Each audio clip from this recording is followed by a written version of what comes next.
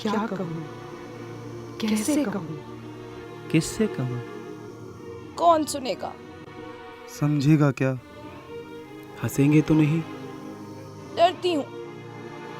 कोई नहीं है। कुछ नहीं हो सकता। ये आवाजें हैं हमारे ही मन की, लेकिन हर समस्या का है समाधान। मन की बात।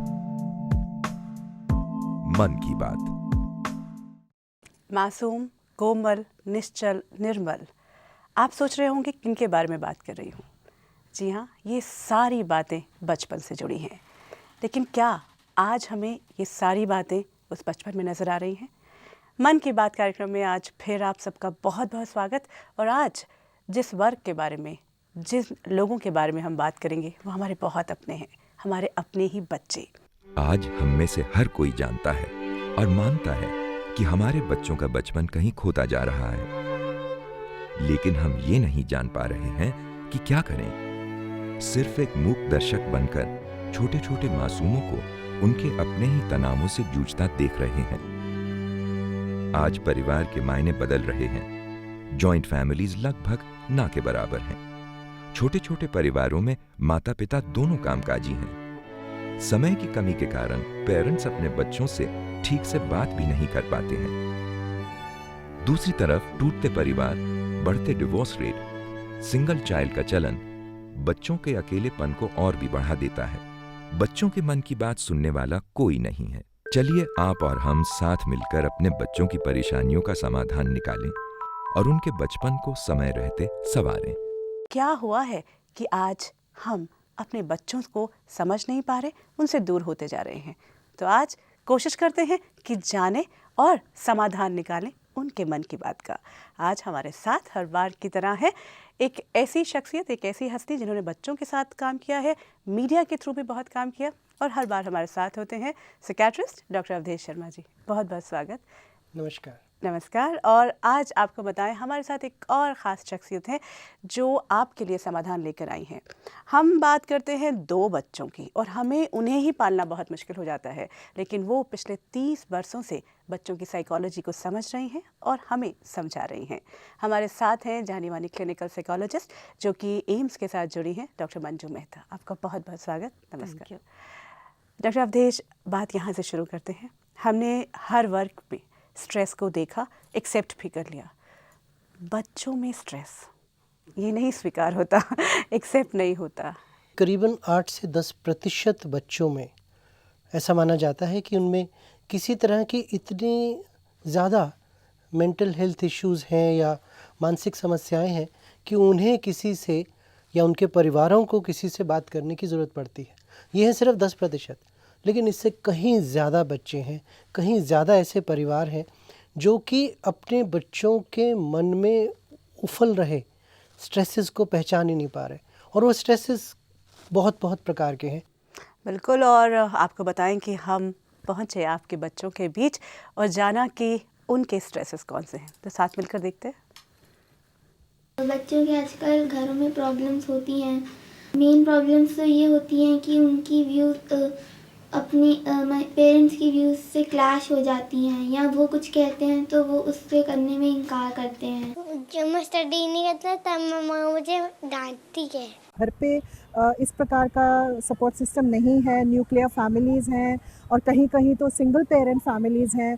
बच्चा जब घर जाता है तो शायद एक नौकर या खाली घर में जाता है जहाँ की उसका साथ देने वाला सिर्फ एक टीवी है या कंप्यूटर गेम्स हैं या इंटरनेट है। अग्रेसिव नेचर हो गया उनका, मतलब छोटी छोटी बात में गुस्सा हो जाते हैं, और मतलब अगर हम कुछ कहें तो कई बार हमें वापस जवाब दे देते हैं। पहली चीज़, माँ बाप की जो स्ट्रेस है वो बच्चों पे ट्रांसफ़र होते ही है।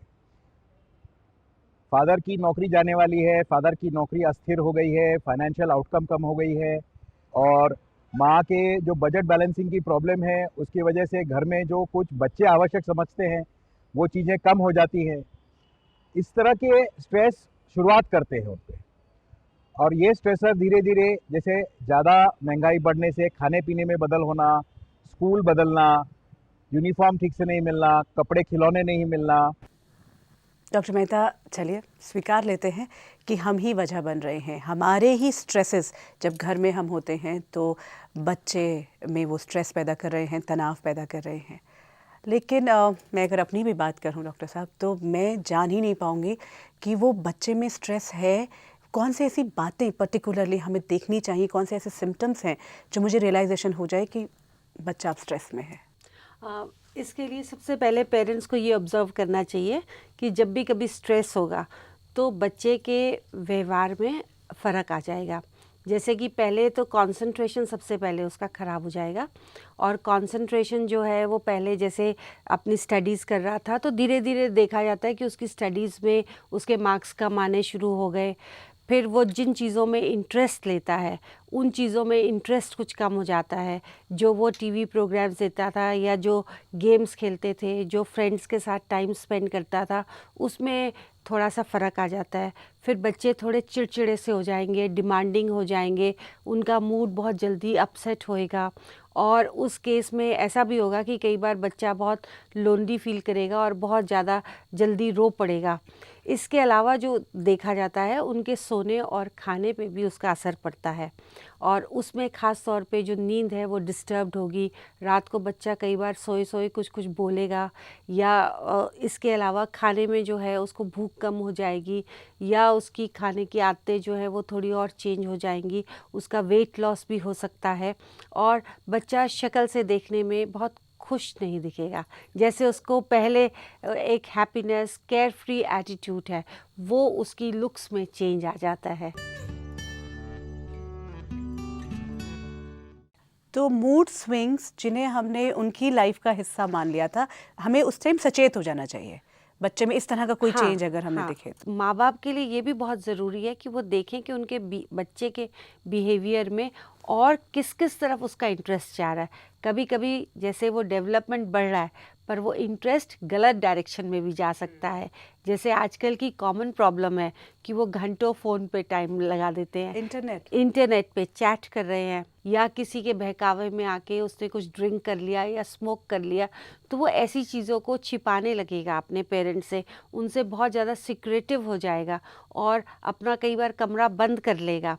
तो बहुत सारी चीज़ें जो हैं वो पेरेंट्स को ऑब्ज़र्व करने की कि कैसे बिहेवियर बच्चे का बदल रहा है, इसको देखने की ज़रूरत है। इसमें एक और भी बात है डॉक्टर मेहता कि पेरेंट्स कई बार ये सोचते हैं कि बच्चे को छोड़ दो, खुला छोड़ दो, जो वो कर रहा है करने दो, जो कि एक ट्रेंड सा बिल्कुल ठीक है, स्पेशली बड़े शहरों में बनना शुरू हो गया कि बच्चा आपका फ्रेंड है, चाहे वो 4 साल का है चाहे वो 10 साल का है, लेकिन उसे सही चॉइसेस बच्चे को कई बार नहीं पता होती, पर पेरेंट्स उसको चलने देते हैं।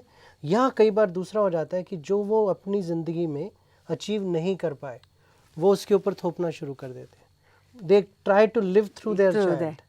एक दो और भी इसी से रिलेटेड इंटरेस्टिंग प्रॉब्लम्स है जो कई बार हम लोग ने देखी है कि पेरेंट्स अपने बच्चे को एज एन इंडिविजुअल नहीं लेते कि उसकी क्या इंटरेस्ट है, उसकी क्या एबिलिटी है, वो क्या चीज़ कर सकता है। वो ये सोचते हैं कि हमारे नेबरहुड में जो बच्चे हैं वो जो कर रहे हैं मेरा बच्चा भी वो करे, वो उसको प्रेस्टीज इशू बना लेते हैं। पेरेंट्स बेचारे अपने आप को कोशिश ये करते हैं कि वो सबसे अच्छी पेरेंटिंग दे पाएँ, लेकिन कहीं ना कहीं डॉक्टर साहब दे आर नॉट अवेयर। अगर मैं अपनी भी बात करूँ, I am not even aware कि ये जो बच्चे में चेंज आ रहा है उसका तनाव मुझे बाद में होता है जब 2000 रुपये का बिल आता है, या ऐसी कोई बात पता चलती है कि वो तो स्मोकिंग कर रहा है, या वो ड्रिंक्स कर रहा था, या वो अपनी गर्लफ्रेंड के साथ था, या कोई भी ऐसी बात पता, that is a shock when I get.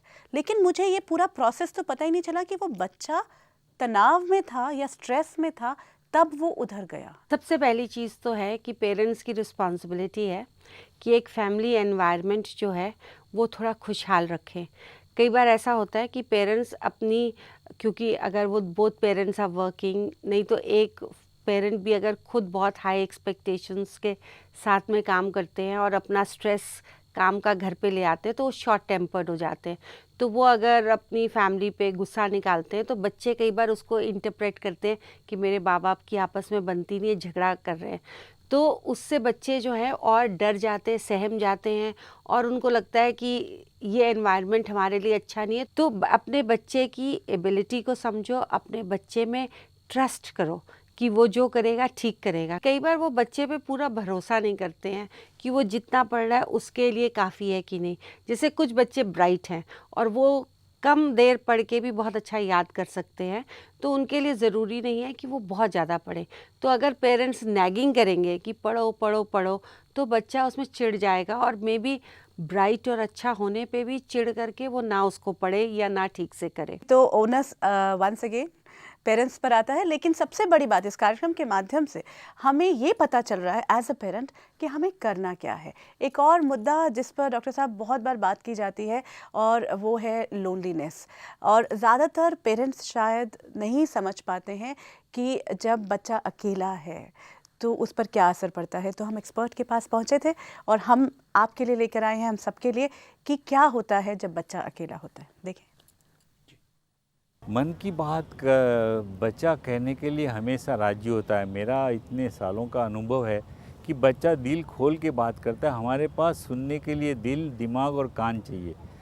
कभी कभी बच्चे की एक बात सुनने के लिए 5 मिनट लग जाती है। तो मैं जैसे छोटे बच्चे से इंटरव्यू लेता हूँ तो पूछता हूँ, बेटा तेरे पिताजी के बारे में कुछ बता। तो 2 मिनट 3 मिनट वो अपने पिताजी के बारे में कुछ नहीं बता पाता, एक लफ्ज़ भी नहीं बोलता।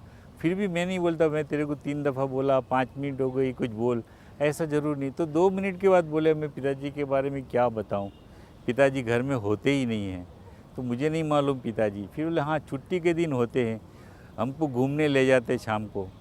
फिर अगर वो बच्चा को थोड़ा और प्रोत्साहित किया, एक दिन के लिए पिताजी वो 2-3 घंटे हमारे साथ रहते, पिताजी की घर में ज़रूरत ही क्या है। तो ये बच्चा अपनी मन की बात आसानी से कह सकता है। जब ये पिताजी सुनते हैं डायलॉग तो रो पड़ते हैं कि मेरी ये एक पिताजी के हिसाब से मैं कहाँ फेल हो रहा हूँ। तो वो जागरूकता जब वो उनकी मन की बात सुनी तो आई उसको। डॉक्टर साहब, I think somewhere this is what we need to ask कि ये जो जागरूकता की बात की, हमारी आंखें सचमुच खुलने की ज़रूरत है। और जैसे कि इन्होंने भी बताया डॉक्टर साहब ने कि बच्चे इनसे बात कर लेते हैं, पेरेंट्स से क्यों नहीं करते, हमारे पास वो पेशेंस क्यों नहीं है। बच्चे बहुत सेंसिटिव होते हैं। अगर पेरेंट में खुद को वो है कि जल्दी है, वो खुद टेंशन में है, तो नेचुरली बच्चा उन सब चीज़ों को समझ जाता है और वो जानता है कि इस समय अगर हम बात करेंगे तो पेरेंट्स हमारे जो हैं वो हमारी बात या तो सुनेंगे नहीं, हमें टाइम नहीं देंगे या गुस्सा हो जाएंगे, डांट पड़ जाएगी, तो वो उनसे डरता है और अवॉइड करता है। तो बच्चे हर सिचुएशन में पेरेंट्स को समझते हैं। ऐसे ही पेरेंट्स को भी टाइम लगाना चाहिए अपने बच्चों को समझने के लिए। एक्चुअली कहीं ना हमें ये सोचने की ज़रूरत पड़ जाती है कि हम जो सब कुछ कर रहे हैं क्यों कर रहे हैं। अगर हम जो कर रहे हैं और बाद में हम पैसा क्रिएट करना चाहते हैं, बच्चे को वो पैसा क्रिएट करके कुछ चीज़ें देना चाहते हैं, उसका भविष्य बनाना चाहते हैं, लेकिन अगर बच्चा ही हमसे दूर हो गया है तो उस चीज़ का क्या फ़ायदा। तो यहाँ जब वो अंडरस्टैंडिंग आती है कि मैं जो कर रहा हूँ वो अपने बच्चे के लिए है, लेकिन उसकी क्वालिटी ऑफ लाइफ को इम्प्रूव करने के लिए, तब फिर पेरेंट्स जो हैं वो सोचना शुरू करते हैं और वहाँ पे फिर उनमें चेंजेस आने शुरू होते हैं। लेकिन डॉक्टर मेहता, मतलब ये मैं बात समझ रही हूँ, यहाँ एक ये रियलाइजेशन हुआ, जैसा कि इन्होंने भी बात की और हम जनरली बात करते हैं कि बच्चा हमसे बात नहीं करता, पर बच्चे में स्ट्रेस है। अभी तक तो हम सोच ही नहीं रहे थे कि हमारी वजह से हमारी टेंशन्स वहाँ मैनिफेस्ट हो रही हैं। अब एक्सेप्ट किया, मैं करूँ क्या, कहाँ से सॉल्व करना शुरू करूँ, कहाँ से वो आइस को ब्रेक करूँ। I need something to start now, how should I start. Stress environment के साथ साथ बच्चे के अंदर से भी आता है। एक बच्चा है जिसकी अपनी एक्सपेक्टेशंस हैं कि मेरे को हाईएस्ट मार्क्स लेने, और अगर उसको एक भी गलती हो गई या उसके मार्क्स कम आ गए तो वो रोना शुरू कर देता है और वो जो है उसको स्ट्रेस ले लेता है। कुछ बच्चे बड़े परफेक्शनिस्ट होते हैं और वो हर चीज़ को अपने ही तरीके से करना चाहते हैं। तो बच्चों का भी अपना टेम्परामेंट है, अपना स्टाइल है, अपनी पर्सनालिटी है, एबिलिटीज़ एबिलिटीज़ हैं।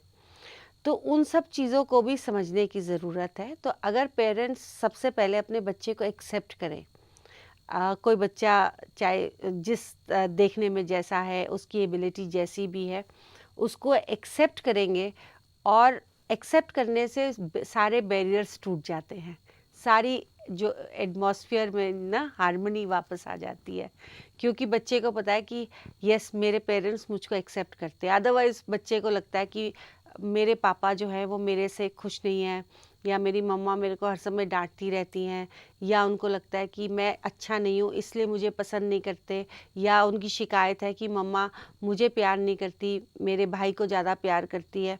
हम ये कह देते हैं कि जो सिबलिंग राइवलरी की बात है कि बच्चों में ये तो थोड़ा बहुत चलता ही है, ये अपने आप ठीक हो जाता है उम्र के साथ साथ। क्या ये अपने आप ठीक हो जाता है या पेरेंट्स को वर्क करना ऐसे चाहिए? है कि ये डिग्री कितना सिवियर है उस पे होगा।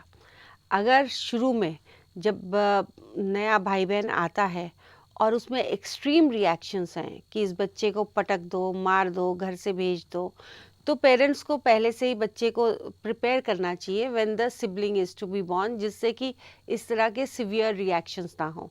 तो at the time when second child is expected तब से प्रिपेयर कर दिया जाए, और फिर जब आए तो बच्चे को इन्वॉल्व किया जाए उसकी चाइल्ड रियरिंग में, ताकि दोनों को इम्पोर्टेंस लगे। ये सिर्फ छोटे और बड़े में नहीं, लेकिन मेल और फीमेल में भी आएगा आमतौर पे, स्पेशली हाँ। हमारे समाज में हाँ। ये फ़र्क रहा है, और हम देख रहे हैं कि ऐसा चल रहा है और हम उसे इग्नोर कर देते हैं। दोनों झगड़ रहे हैं और रोज़ झगड़ते हैं, और झगड़ते झगड़ते कई बार ज़्यादा भी बातें हो जाती हैं, और हम कहते हैं नहीं नहीं अपने आप बाद में जब बड़े होंगे तो ठीक हो जाएगा। That is not true. वो बाद में होके बढ़ सकता है। एज पेरेंट जब तक आपका उनके ऊपर कंट्रोल है तो ज़रूरी हो जाता है कि उस चीज़ को उसी समय पे रोक दिया जाए। एक और बात डॉक्टर शर्मा आपसे मैं जानना चाहूँगी इस वक्त कि जहाँ हमने कहा, डॉक्टर मेहता से अभी बात ये पता चली कि हमारा स्ट्रेस वहाँ तक पहुँच रहा है बच्चों के पास, लेकिन अगर मैं अपने जीवन में देखूँ तो मुझे ही बच्चों से हर्ट मिल रहा था। उनका जो बिहेवियर पैटर्न था, जो बिहेवियर पैटर्न के चेंज होने की बात है, जैसे जैसे बड़े होते जा रहे हैं बच्चे इतने रूड होते जा रहे हैं, बच्चों का बिहेवियर इतना ख़राब होता जा रहा है, और मैं कुछ भी कहूँ वो मुझे वापस जवाब देते जा रहे हैं। There is a major change, I don't know how to handle them. As a parent तो आप हर्ट हो सकते हैं, लेकिन you have more number of years, और ज़रूरी है कि आपको इमोशनली ज़्यादा मैच्योर होना चाहिए। एक एक्सेप्टेड नॉर्म है। दूसरी बात ये कि जो बच्चे हैं उन्हें या तो स्मॉल एडल्ट समझा जाता है कि उन्हें सब कुछ पता होना चाहिए, बस उनका साइज़ छोटा है, और या समझा जाता है कि वो बिल्कुल एक मोल्ड है, प्लास्टर ऑफ पेरिस है, उनको आप जैसे भी चाहें उनको शेप कर सकते हैं। Both are not true. वो इंडिविजुअल्स हैं जो अपने कुछ पर्सनालिटी ट्रेट्स के साथ आए हैं, जिस समाज में रह रहे हैं वहाँ जो आसपास हो रहा है उसका भी उनके ऊपर असर पड़ता है, जो परिवार में हो रहा है, जो स्कूल में हो रहा है उसका भी असर पड़ता है। एंड द की इज़ कि उनके साथ हर समय बैठकर in a process of engagement communication किया जाए, बातचीत की जाए। जो हम मन की बात कर रहे हैं वो पेरेंट्स पहले तो अपने आप से भी करें कि उन्हें क्या चेंज करना है अगर परिवार में कोई ऐसी बात है, और फिर बच्चों के साथ भी करें। और जब भी कोई चीज़ ज़्यादा ख़राब हो, पानी सर के ऊपर से निकले, तो उसको उसी समय बड़े प्यार से, अनफॉर्चुनेटली क्या होता है वो हर्ट होते हैं, वो रिएक्ट करते हैं तो बच्चा दूर हो जाता है। बच्चा दूर हो जाता है तो फिर कम्युनिकेशन रहती नहीं है। और अगर आपकी अपनी कोई गलती है उसे भी एक्सेप्ट करें, ये नहीं कि मैं बड़ा हूँ इसलिए आपसे ये बात इसी तरह माननी पड़े। मैं माँ हूँ, ये मेरा मतलब यहाँ घर पे तो मुझे इज्जत मिले कम से कम। बट देन उसमें फिर यही होगा ना कि या तो वो आपके खिलाफ कुछ बोल देगा या फिर पूरी तरह से विड्रॉ हो जाएगा। फिर जैसे ही ये होता है तो पेरेंट्स भाग के उसके पास जाते हैं, उसकी हर बात मान लेते हैं। तो it is not a very very positive process of communicating as one to another. Doctor Sharma ने बहुत इम्पॉर्टेंट बात करी है, एक है रोल ऑफ कम्युनिकेशन, क्योंकि कम्युनिकेशन में पेरेंट्स जो कहें वो बच्चे को पता चलना चाहिए कि इसका मतलब यही है। अगर मेरी माँ ने बोला नहीं तो इसका मतलब नहीं है। ये नहीं कि माँ नहीं कह रही है तो फादर आके यस कह देंगे और वो चीज़ हो जाएगी। तो मदर और फादर जो भी बच्चे से कम्युनिकेट करें वो बिल्कुल क्लियर होना चाहिए, and they should not be two different rules coming from parents. और इसी से रिलेटेड जो चीज़ है वो डिसिप्लिनिंग बहुत इम्पॉर्टेंट है। अनफॉर्चुनेटली आजकल पेरेंट्स ना डिसिप्लिन को इम्पोर्टेंस नहीं दे रहे, वो रादर बच्चों से मैनिपुलेट हो रहे हैं। और कभी कभी वो सोचते हैं कि और थर्ड पार्टी आकर के बताए कि बच्चे को कि तुम पढ़ो, तुम ये खाना खाओ, वो खुद अपनी अथॉरिटी नहीं एग्जर्ट करते हैं। हाँ, तो उससे भी बच्चे बहुत ज़्यादा बिगड़ जाते हैं और उससे लेटर प्रॉब्लम्स आ सकती हैं। डॉक्टर शर्मा, चलते चलते कुछ ऐसी बातें पेरेंट्स के लिए कहेंगे जो वो याद रखें, जहन में रखें जब भी अगली बार बच्चा सामने आएगा। बच्चा सामने आए तो वो आपके लिए एक इंडिविजुअल है, लेकिन इसका ये मतलब नहीं है कि आप उसके ऊपर अपनी उम्मीदें थोपें, आप उसके ऊपर अपने प्रेशर्स थोपें। एक प्रोसेस ऑफ कम्युनिकेशन जहाँ पे कि बच्चा और पेरेंट्स साथ में एक दूसरे की उंगली पकड़कर चल सकते हैं। आज आप उसकी उंगली पकड़ रहे हैं, नींव अच्छी होगी तो बाद में जाके वो आपकी उंगली पकड़ेगा। बहुत सुंदर आपने बात कही है और आप दोनों का बहुत बहुत धन्यवाद आज इस प्रोग्राम में शामिल होने के लिए। आपके बहुत सारे ईमेल्स हम तक पहुंच रहे हैं। हमारी कोशिश है कि जो भी बात आप हमें लिखकर भेजें उन्हें ज़रूर कार्यक्रम में शामिल करें और साथ ही आपका हम आह्वान करते हैं, एक बार फिर निमंत्रण देते हैं कि आप हमारे साथ अपनी प्रॉब्लम्स या फिर सजेशंस ज़रूर शेयर करें। हमारा ईमेल आईडी है contactus@mankibaat.com और हमारा वेबसाइट एड्रेस है www.mankibaat.com। आज की मन की बातों का सार: बच्चों की प्रतिभा को प्रोत्साहन दें, बच्चों को समय और प्यार दें, अपनी अपेक्षाएं बच्चों पर ना थोपें, विचारों का खुला आदान प्रदान करें। Children are individuals, not young adults or clay dolls to be molded. अब आपसे विदा लेते हैं। नमस्कार।